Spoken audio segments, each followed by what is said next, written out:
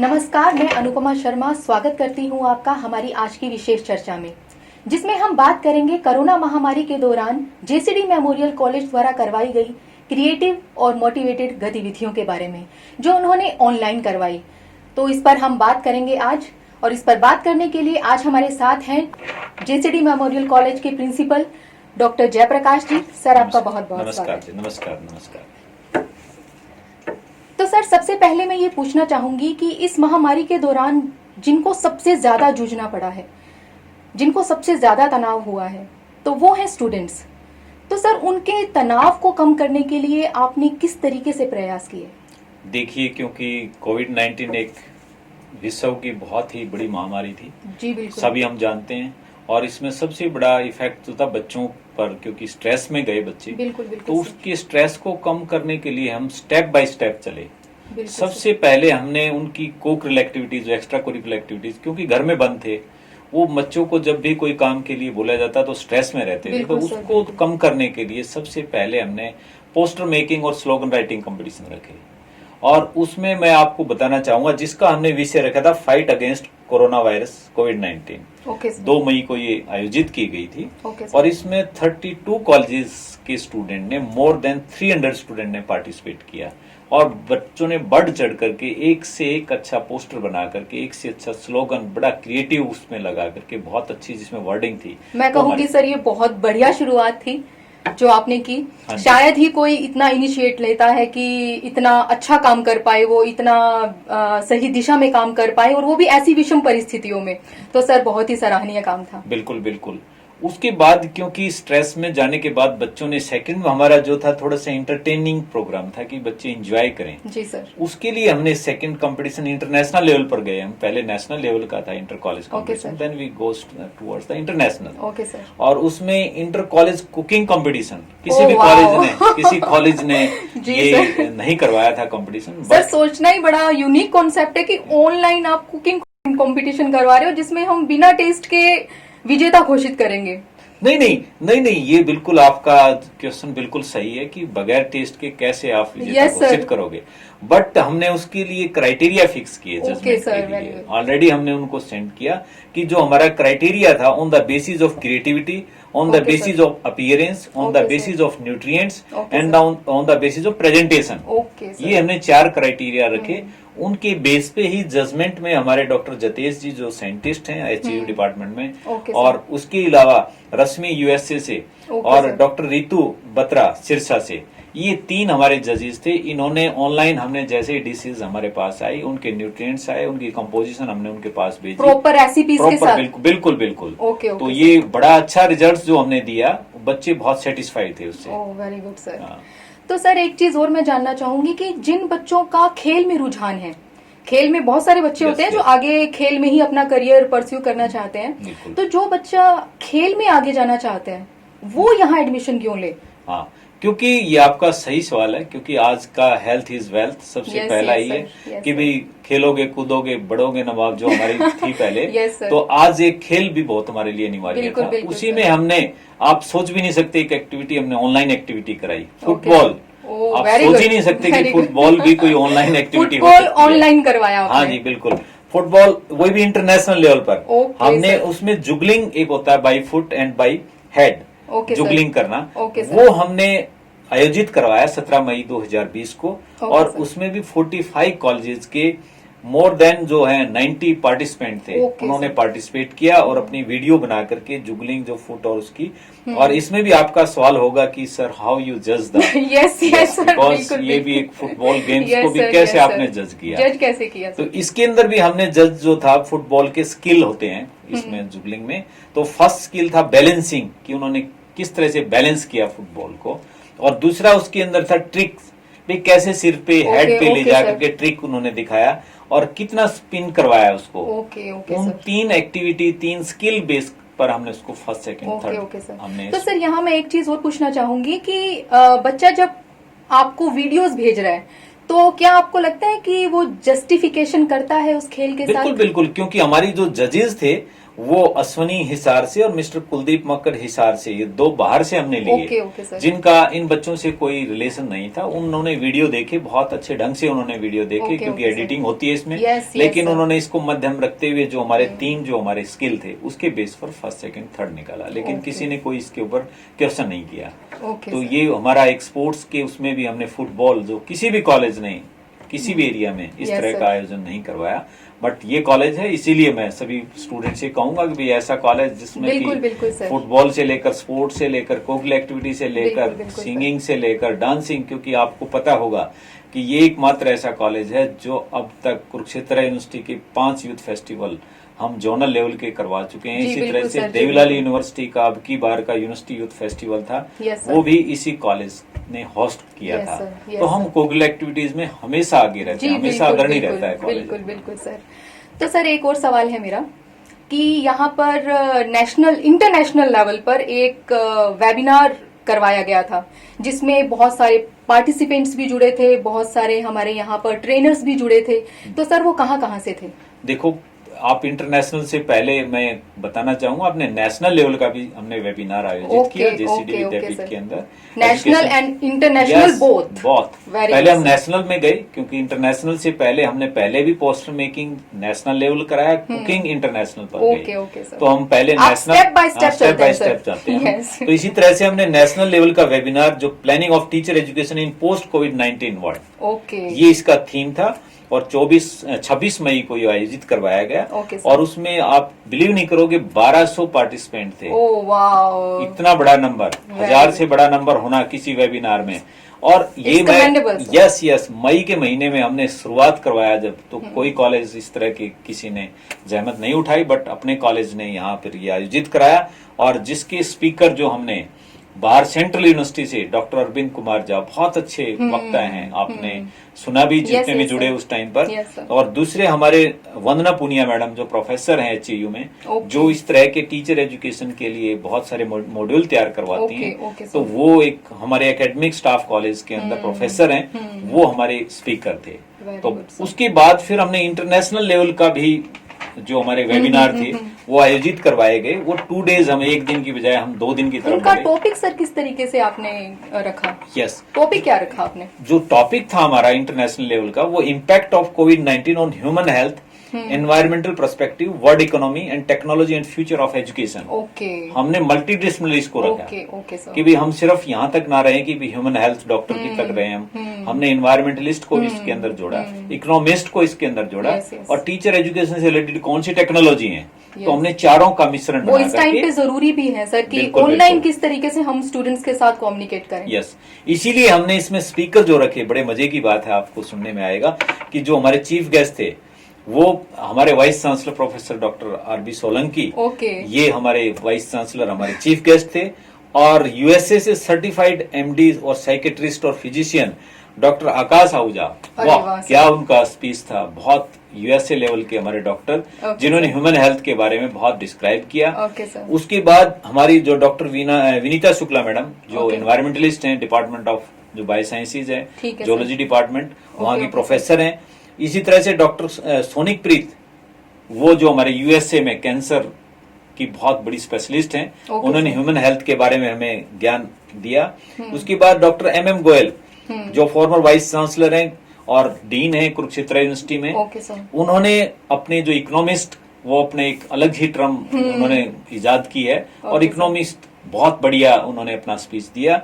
और जो टेक्नोलॉजी से रिलेटेड थी doctor Ritu Chhikara, B M Munjal university से, गुड़गांव से, उन्होंने अपने बहुत अच्छे स्पीच दिए, अलग अलग और फील्ड से लोगों को लिया। और सबसे बड़े मजे की बात आपको कि इस टाइम पर 4000 पार्टिसिपेंट, इसमें 4000, बड़ा बिग, मतलब एक ये अब तक का सबसे बड़ा एक इंटरनेशनल वेबिनार। बिल्कुल सर। जब हमने 5 और 6 जून को, अब तक भी मेरे पास इसके अंदर आती है कि सर आप इस तरह के और भी कोई वेबिनार है वो आयोजित करें। तो इस तरह की एक्टिविटी और पहले करने वाले आप ही हैं सर। यस इस पहला तो देखो अपना रहता है हमेशा कि इनोवेटिव आइडियाज हैं वो जो स्टार्ट करता है हमेशा, क्योंकि अब तो बहुत वेबिनार होने लगे हैं। बिल्कुल बिल्कुल। HRD मिनिस्ट्री भी, UGC भी इसको कहने लगी है कि भी ठीक है, ऐसे समय बच्चों को स्ट्रेस करने के लिए इस तरह के आयोजन होने चाहिए। बिल्कुल होने चाहिए सर। इतने क्रिएटिव आइडियाज सर आते कहाँ से आपके दिमाग में? वो हमारी मैनेजिंग डायरेक्टर यहाँ पे डॉक्टर समीर शर्मा जी इतनी ज्यादा इनोवेटिव हैं। Yes sir. वो हमें कहीं ना कहीं आइडिया देती रहती हैं और हमारे से कंधा मिलाकर हम उनके साथ चलते हैं और उन्हीं का डायनेमिज्म देख करके हमें भी एनर्जी मिलती रहती है। नहीं क्या सर? बिल्कुल बिल्कुल। तो उन्हीं के पदचिन्हों पे हम चलते हैं, जैसा वो हमें गाइड करती हैं, हम इस तरह के दूसरे भी प्रोग्राम करने के लिए आगे प्लानिंग में हैं। तो चलिए अभी हम रुकते हैं एक छोटे से ब्रेक के लिए, जल्द ही मिलते हैं इस विशेष वार्ता में, बने रहिए हमारे साथ।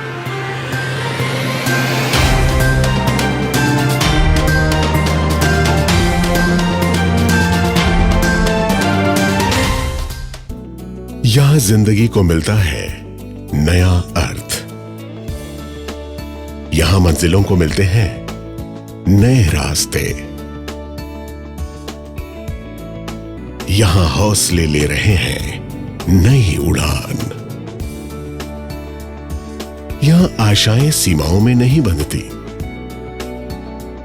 यहां किताबों से आगे है एक और जहां।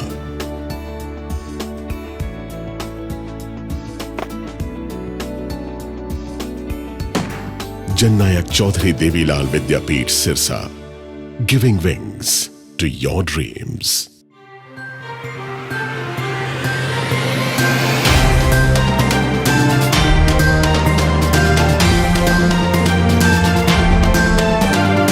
ब्रेक के बाद आपका एक बार फिर से स्वागत है हमारी विशेष चर्चा में। तो आइए अब हम अपना अगला सवाल करते हैं डॉक्टर जयप्रकाश जी से। हाँ जी, नमस्कार सर। मैं ये जानना चाहूंगी कि बच्चों को काफी पजल वाली स्थिति में बने हुए हैं, वो एक गुत्थी बन गई है एग्जामिनेशन उनके लिए। बिल्कुल है ना सर? तो मैं जानना चाहूंगी कि एग्जामिनेशंस के लिए यूनिवर्सिटी ने क्या गाइडलाइंस अभी आपको आपका सवाल वाजिब है, क्योंकि मैं जो हमारी कमेटी है इसकी एग्जामिनेशन की, बाय द वे मैं उसमें मेंबर हूँ। I am the one of the member of the examination committee of the, के लिए और भी अच्छी बात है। देवीलाल यूनिवर्सिटी के वाइस चांसलर ने जो एग्जामिनेशन कमेटी बनाई है, तो उसमें मैं मेंबर हूँ। तो हमने 4 सीटिंग अभी तक की हैं इसके बारे में। जब भी हमारे पास कोई भी नोटिफिकेशन आती है गवर्नमेंट की, तो उसी टाइम हम नेक्स्ट डे मीटिंग रखते हैं यूनिवर्सिटी के अंदर। वहाँ पे सोशल डिस्टेंसिंग का विशेष ध्यान रखा जाता है, ये मैं आपको जरूर बताऊंगा। और उसमें रहते हुए हम सारी बातें, बच्चों की जो भी बातें होती हैं वो रखते हैं सामने। और अभी क्योंकि हायर एजुकेशन से भी नोटिफिकेशन आई है लेटेस्ट कि भाई फाइनल ईयर के टर्मिनल एग्जामिनेशन है, वो अभी देने की आवश्यकता नहीं है। और इंटरमीडिएट तो पहले ही सबको नोटिफाई हो चुका था कि भाई बीच के जो बच्चे हैं इंटरमीडिएट जो क्लासेस में सेमेस्टर में हैं, उनको प्रमोट किया जाएगा। अभी जो पिछले दिनों DGHE ने फिर नोटिफाई किया कि भाई फाइनल ईयर के बच्चे भी इंटरमीडिएट के अलावा जो टर्मिनल एग्जामिनेशन है, वो भी ऑन द बेसिस ऑफ जो आपकी पिछले एग्जाम है उनके बेसिस के ऊपर थ्योरी में से 50% वो लिए जाएंगे और 50% इंटरनल असेसमेंट के बेस पर। लेकिन वहां पे था कि जो 1 ईयर कोर्स हैं उनके बारे में क्या सोचा गया कि मान लीजिए कोई सेमेस्टर नहीं है, सपोज मान लो बीएड ही है, बीएड में 2 ईयर की होती है। फर्स्ट ईयर का जो बच्चा था उसने कोई एग्जाम नहीं दिया था, तो उसके लिए भी क्लैरिटी है बिल्कुल कि उसका जो इंटरनल असेसमेंट है, उस इंटरनल असेसमेंट के बेस पर ही हम उसके थ्योरी के नंबर दिए जाएंगे। तो ये अभी तक का जो सिनेरियो है। लेकिन 2 दिन पहले फिर जो हेल्थ डिपार्टमेंट है और जो ह्यूमन रिसोर्स डेवलपमेंट है HRD मिनिस्ट्री, उसने एक नोटिफिकेशन और दिया है अभी कि भी नहीं, सितंबर में एग्जाम होंगे। तो अभी तक हमारी यूनिवर्सिटी के वाइस चांसलर या हमारी जो पंचकुला जो DGHE ऑफिस है, उसने ऐसा कोई नई नोटिफिकेशन नहीं दिया है। जैसे ही कोई नोटिफिकेशन आती है इसके बारे में, तो बच्चों को सूचित कर दिया जाएगा।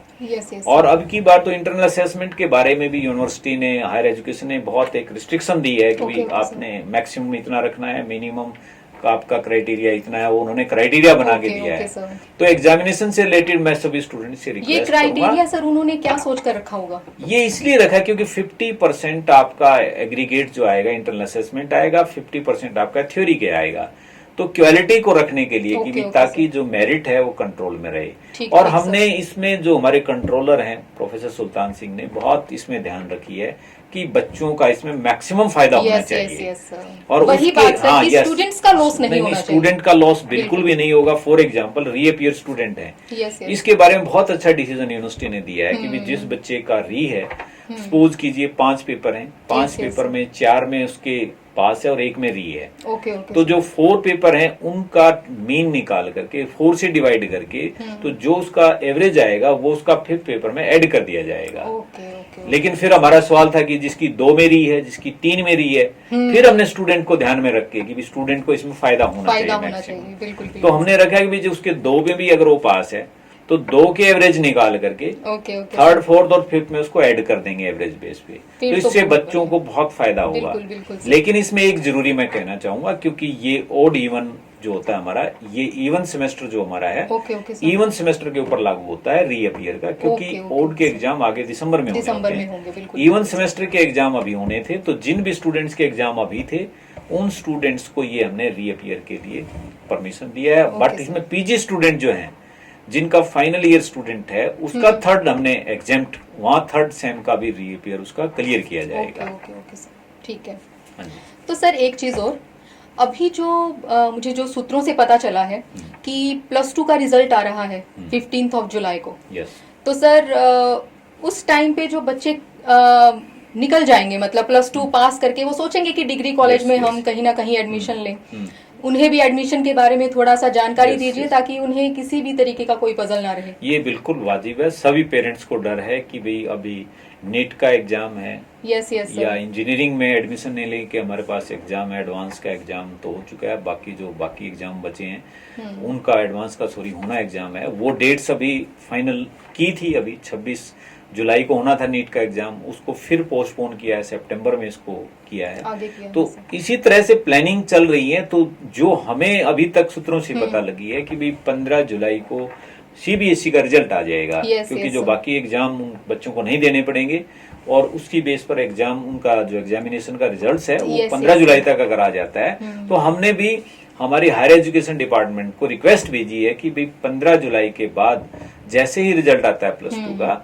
तो जुलाई और अगस्त के महीने में हमारी जो पोर्टल है, जो पंचकुला से पोर्टल जो यूजी और पीजी कोर्स को वो करता है कंट्रोल, वो जल्दी से जल्दी खोला जाए। क्योंकि देवलाली यूनिवर्सिटी के डिपार्टमेंट या बाकी यूनिवर्सिटीज के डिपार्टमेंट ने तो अभी सूची जारी की थी हमें, उन्होंने प्लानिंग किया था कि भाई 15 जुलाई के बाद ही वहाँ पे शेड्यूल रहेगा एडमिशन का। स्टूडेंट्स को एक बहुत बड़ा खतरा बना हुआ है कि हमारा साल खराब हो जाएगा, ऐसा तो कुछ नहीं होने वाला है ना? नहीं, साल बिल्कुल खराब नहीं होगा। बच्चों के हित में ही बात रखी जाएगी और कॉलेज तो ये बच्चों से ही है। अभी क्योंकि कोविड-19 है, कोई ये बीमारी अभी ऐसे नहीं लगती कि इतनी जल्दी ये जाने वाली है। इसके साथ हमें रहना होगा, सोशल डिस्टेंसिंग के साथ, और जो हमारे जितने भी गाइडलाइन है उनके साथ रह करके हमें कॉलेज में ना आकर के भी ऑनलाइन भी हम प्लानिंग कर रहे हैं। जैसा कि गाइडलाइन हमारे पास आती रहती है, ई लर्निंग मटेरियल भी तैयार कर रहे हैं, मॉड्यूल तैयार हो रहे हैं। तो बच्चों का साल का मतलब ही नहीं है खराब होने का, बस थोड़ा सा चेंज है। जैसा कि मैंने इतनी सारी एक्टिविटी आपको काउंट करवाई, वो सारा हमारा ऑनलाइन हो सकती है। तो ऑनलाइन क्लासेस भी रहेंगी और सब चेंज होएगा। ये जो हम प्लानिंग कर रहे थे 10 साल की बाद की बातें, वो मेरे ख्याल 10 साल पहले हमने नेचर ने हमें सिखा दिया। तो बहुत बढ़िया। अब बच्चों को मेरे ख्याल से अभी ज्यादा टेंशन में नहीं रहना चाहिए और बच्चों को जो हमारा सोशल डिस्टेंसिंग रखते हुए जो भी आपकी इंटरनल असेसमेंट्स हैं, जो भी असाइनमेंट है आप दे चुके हो कॉलेज के अंदर, अब अगले साल के लिए अपने एडमिशन के लिए तैयार हैं। तो सर मैं चाहूंगी कि जाते जाते आप कुछ स्टूडेंट्स को इंस्पिरेशनल कहें, कुछ ऐसे वर्ड्स कहें जिनसे उनका हौसला बढ़े। बिल्कुल बिल्कुल, मैं स्टूडेंट्स को कहना चाहूंगा, क्योंकि खुद मैं हार्ड वर्कर हूँ, तो मैं हार्ड वर्क करता हूँ। तो स्टूडेंट्स के लिए हम सब देखते हैं। यस, तो स्टूडेंट्स के लिए 2 लाइनें हैं। Yes, sir. There is no shortcut of success. Yes, so please work hard. The harder you work for something, the greater you will feel when you achieve it. Yes, sir. तो मैं अपने सभी दर्शकों से कहना चाहूंगी कि अगर आपका कोई भी सवाल हो एग्जामिनेशन से रिलेटेड, एडमिशन से रिलेटेड या किसी भी बात को लेकर, तो आप ये सब अपने सवाल कमेंट बॉक्स में लिखकर भेज सकते हैं। हम आपके हर एक सवाल का जवाब देने का प्रयास करेंगे। मिलते हैं जल्द ही हमारे अगले प्रोग्राम में। तब तक के लिए नमस्कार। नमस्कार।